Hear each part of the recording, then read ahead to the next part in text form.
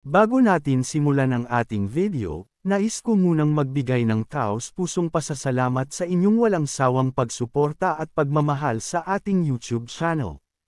Ang inyong patuloy na pagtangkilik at tiwala ay nagiging inspirasyon para sa amin upang patuloy na maghatid ng mga dekalidad na content. Salamat sa pagiging bahagi ng ating journey, at dahil sa inyo, patuloy tayong magtatagumpay. Umangat ang ulo niya, at dahan-dahang tumagilid para harapin sila. Sa sandaling iyon, tumama sa kanila ang tingin niya, matalim, mabangis, at parang kayang batasin ang kaluluwa. Ang kanyang dilaw na mga mata ay nagninggas sa matinding galit habang nakatitig kina Fashong at sa natitira nitong mga kasama. Sa isang iglap, ang dami ng kayamanan, ang saya, at ang pag-asa nilang yumaman, lahat iyon ay natabunan ng iisang katotohanan. Hindi sila dapat nandito, at ang kausap nila ay hindi basta-bastang nilalang. Tumayo ang babae mula sa ibabaw ng mga kayamanan, ang malalapad niyang pakpak ay bahagyang bamuka at ang mga sungay niya ay kumikislap sa makinang na liwanag ng ginto. Dumadagandong ang bawat hakbang niya habang lumalapit, tila bawat yabag ay nagpapabigat sa hangin. Ikaw, na mukhang basahan, naglakas loob ka talagang humakbang sa aking teritoryo. Malamig ngunit naglalagablab ang galit na sabi niya, ang boses ay malalim na may kasamang bahagyang alingaw-ngaw, parang halimaw na nasa anyong tao. Dinumihan ninyo ang aking gintong sahig. Napalunok si Fashong. Ang mga kasama niya ay umatras ng isang hakbang, nanginginig ang mga kamay. Si Yeching naman ay bahagyang napapikit. Ramdam ang pag-angat ng tensyon, pati ang matinding pressure na nagmumula sa babae. Pinagpawisan siya nang makita kung gaano kabigat ang presensya ng halimaw. Isang humanoid type, mahinang sambit ni Yeching sa sarili. Bihirang klase, hindi pa halos na itatala sa monster database. Ngumisi si Fashong, pilit na tinatago ang takot sa likod ng kanyang ngisi. Tinabihan niya ang isa sa mga kasama at mahinang bamulong. Brother, hindi ba medyo magandang oportunidad to? Nakangiti niyang sabi, puno ng kasakiman sa tono. Kung tayo ang gumawa ng first kill dito, at maipakita sa compendium ang isang humanoid dragon class beast, dahan-dahan niyang tinaas ang kanyang sandata, hindi ba't lalo tayong sisikat? Nagkatinginan ang mga kasama niya, halatang pare-pareho ang naiisip. Habang sa unahan, ang babae ay unti-unting yumuko, ang dilaw niyang mga mata ay kumikislap na parang apoy. Isang ngiti ang gumuhit sa labi ng halimaw. Isang ngiting naghuhudyat ng kapahamakan. Nagulat ang kasama ni Fashong sa sinabi ng leader nila. Boss, makinig muna tayo sa kanya. Mukhang hindi ordinaryo ang babaeng ito. Baka siya na ang boss ng abis na ito, mariing sabi niya, halatang may kaba sa tinig. Lumingon si Fashong, ang mga matay kumikislap sa galit at pagka-pride. Ano ba ang ikinakatakot mo? Isa lamang siyang magandang halimaw na nagbabantay sa kayamanan. Sa bilang natin, hindi natin kailangang matakot sa kanya, sagot niya, halatang may halong panlilinlang. At saka, ang aggression value niya, parang nakalock sa scavenger. Kaya maaari tayong makapaglansad ng palihim na pag-atake, dagdag niya, nakangisi habang nagbabalak.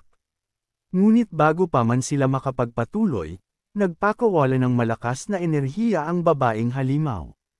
Isang alon ng puwersa ang umikot sa paligid, halos napatingkad ang hangin sa lakas ng aura nito.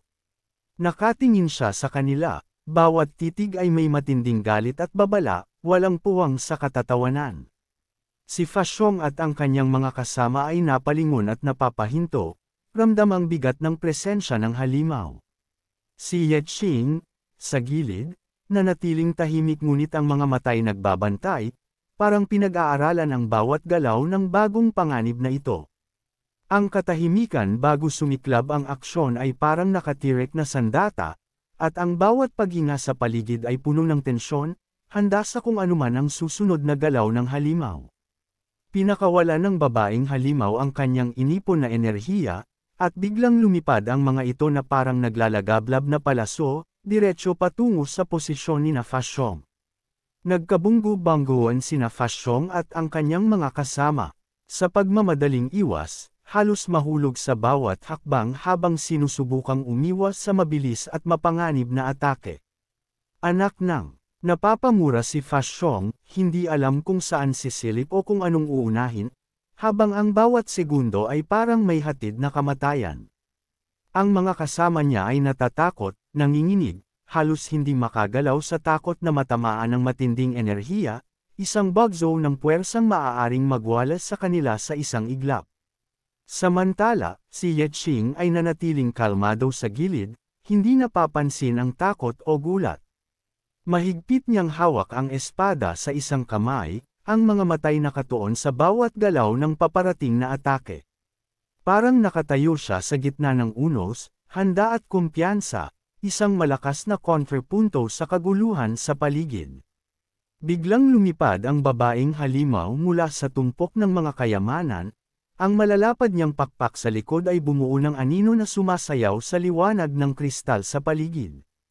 Dahan-daang nagpunta ang halimaw sa harap ni Ye Qing. Bahagya siyang napaatras, hindi lamang sa gulat kundi dahil rin sa malakas na hangin na dulot ng bawat pagflap ng pakpak nito. Ngunit kahit ganito kalapit at kamangha-mangha ang presensya ng halimaw, hindi nagpakita ng anumang reaksyon si Ye Qing. Tahimik, kalmado, at nakapwesto na parang hindi maapektuhan ng lakas at galit na bumabalot sa halimaw. Tumayo ang halimaw sa harap niya, ang mga dilaw nitong mata ay nagliliyab, at tumahimik sandali bago nagsalita ng mabagal at mabigat.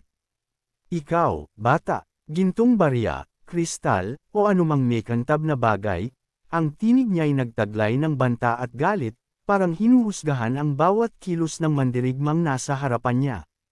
Dapat may maiaalok ka sa akin, ng tama, dugtong ng halimaw, sabay tiklop ng mga palad niya na para bang sinusukat ang halaga ng anumang nasa harapan niya. Napatingin si Fashong, halos maipit ang hininga sa gulat. Ang halimaw na ito, talagang matako na multo, bulong niya sa sarili. Ang mga matay sumasalamin ang hindi makapaniwalang pagkabigla. Ngunit ang pinakagulat sa lahat, ang halimaw ay biglang nakatingin sa jacket ni Ye Qing. Para bang may nahanap na misteryosong bagay na nakapukaw sa kanyang atensyon. Bago pa man makapagsalita si Ye Qing, ginamit ng halimaw ang kapangyarihan nito, isang alon ng enerhiya ang lumabas at palutangin ang laman ng jacket sa ere. Napalingon si Ye Qing, nanlaki ang mga mata at hindi makapaniwala. Paano niya nagawa yun ng ganito kadali? Bulong niya sa sarili, habang ang halimaw ay nanatiling nakatingin, ang bawat kilos ay puno ng tiwala sa sariling kapangyarihan. Hinabol ni Ye Qing ang lumulutang na bagay at mabilis na hinuli gamit ang kanyang mga kamay. Huwag mong hawakan ang mga gamit ko. Sigaw niya, halatang nahihirapang pigilan ang bagay sa paglutang, dala ng malakas na kapangyarihan ng halimaw. Ngumiti ang halimaw at nakangiting nagsalita, ito ay isa lamang basura, bakit mo ito itinuturing na kayamanan? Napaka-adorable mo talaga, ang tinig niya ay may halo ng pagkausisa at pagkaintriga. Sa isip ni Ye Qing, mabilis na nagplano, basta halimaw ito, may kahinaan ito. Kahit ang isang dragon, kapag nahayag ang health bar, pwede itong talunin. Binalot ng konsentrasyon ang kanyang mga mata habang inactivate ang kanyang observation eye, sinusuri ang bawat galaw at enerhiya ng halimaw. Ngunit napatingin sa kanya ang babae, ang dragon-like humanoid, na parang alam na alam ang kanyang gagawin. Ang mga dilaw na mata nito'y kumikislap, puno ng babala, bawat hakbang ni Ye Qing ay mababantayan, bawat galaw ay susukatin. Ang tensyon sa pagitan nila ay nag-uumapo, at ang katahimikan sa paligid ay parang nag-aabang sa kung anong susunod na hakbang. Sa isang iglap, sumirit ang dugo mula sa kaliwang mata ni Ye Qing, dumadaloy na parang pulang ilog sa kanyang pisngi.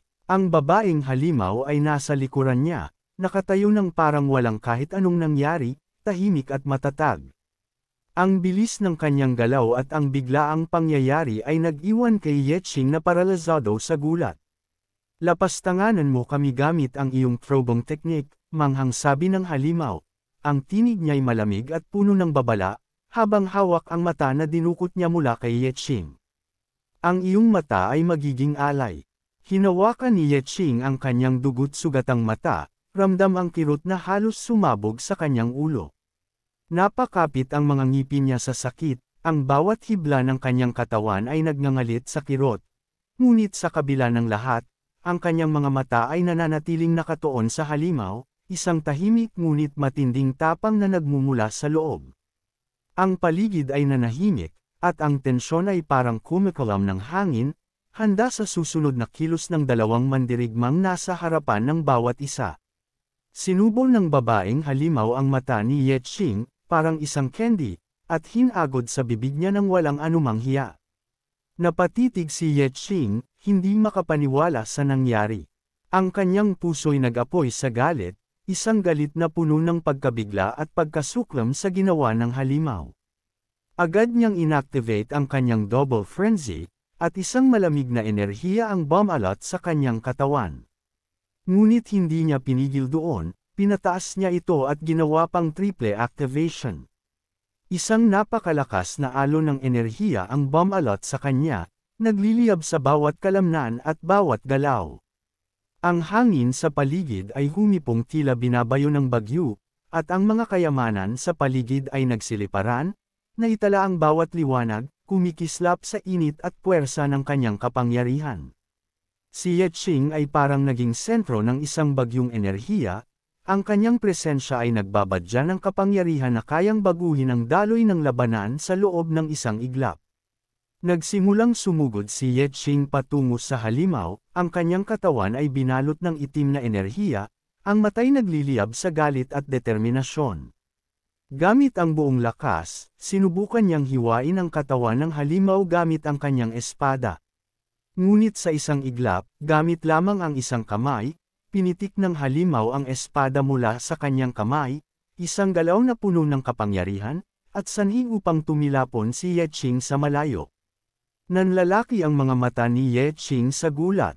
Hindi niya lubos maisip ang lakas ng kanyang kaharap. Nakaluhod siya sa lupa, halos hindi makagalaw, habang ramdam ang kirot at galit sa nawalan siyang mata na kinain ng halimaw. Nang lumapit ang halimaw, mabilis itong sumipa kay Yetching. Ang lakas ng tama ay nag-iwan ng marka sa sahig sa bawat bangga ng katawan niya. Ginawang panangga ni Yetching ang kanyang mga kamay, ngunit kahit iyon, nag-iwan pa rin ng mga galos sa kanyang katawan. Ang kapangyarihang ito, hindi masusukat. Ang halimaw na ito ay isang tunay na Diyos, bulong niya sa sarili, ang tinig punong-puno ng panghanga at pagkabigla. Ang eksena ay napuno ng tensyon, isang labanan ng halos di mabilang na kapangyarihan, at isang mandirigmang nakaharap sa kabilan ng abot ng kanyang lakas. Napanganga sina Fa Xiong at ang kanyang mga kasama nang makita nilang natumba si Yetching sa ilang lamang atake ng halimaw. Ang babaeng ito, hindi ito isang halimaw na maaari nating itala sa ating compendium, bulong ni Fa Xiong, halata ang takot sa kanyang boses. Agad namang nagpakawala ng smoke bomb si Fa Xiong at sumigaw sa kanyang mga kasamahan, aalis tayo kapag sapat na ang ating nakolekta. Pumutok ang smoke bomb sa paanan ng babaeng halimaw, at agad siyang binalot ng makapal na usok. Ngunit sa loob ng usok, manghang napatingin ang halimaw sa gawin nila Fa Xiong, at napangiti, parang nauunawaan ang kanilang mga intensyon. Sa loob ng makapal na usok, isang malaking figure ang dahan-daang lumitaw, nagbabadya ng bagong tensyon sa lugar. Habang sinusubukang buhatin ang isa sa malalaking kristal na bato, nagreklamo ang isang kasama ni Fa Xiong. Ang tanga mo, paano mo magagalaw ang isang bagay na ganito kalaki? Halata ang irita at inis sa boses, ngunit patuloy pa rin sa pagbuhat.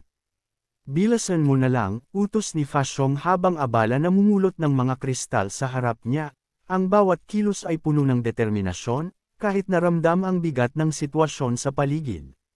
Nag-ipon ng apoy sa kanyang bibig ang halimaw, ang katawan nito ay nagbago sa kanyang tunay na anyo, isang anyong mas malaki, mas nakakatakot, at punong-puno ng kapangyarihan. Sa isang iglap, isang malakas na alon ng apoy ang sumabog mula sa kanyang bibig at tumama kay Fashong. Ang init at puwersa ng apoy ay nagdulot upang ang mga hawak niyang kristal ay biglang mabitawan, nagkalat sa paligid, habang ang mga mata ng lahat ay naglalakbay sa likas na puwersa ng halimaw. Ang paligid ay napuno ng init at liwanag, at ang bawat sandali ay nagmistulang oras ng kamatayan at kaguluhan, habang si Fashong at ang kanyang mga kasama ay nagtatangkang makabawi sa biglaang panganib.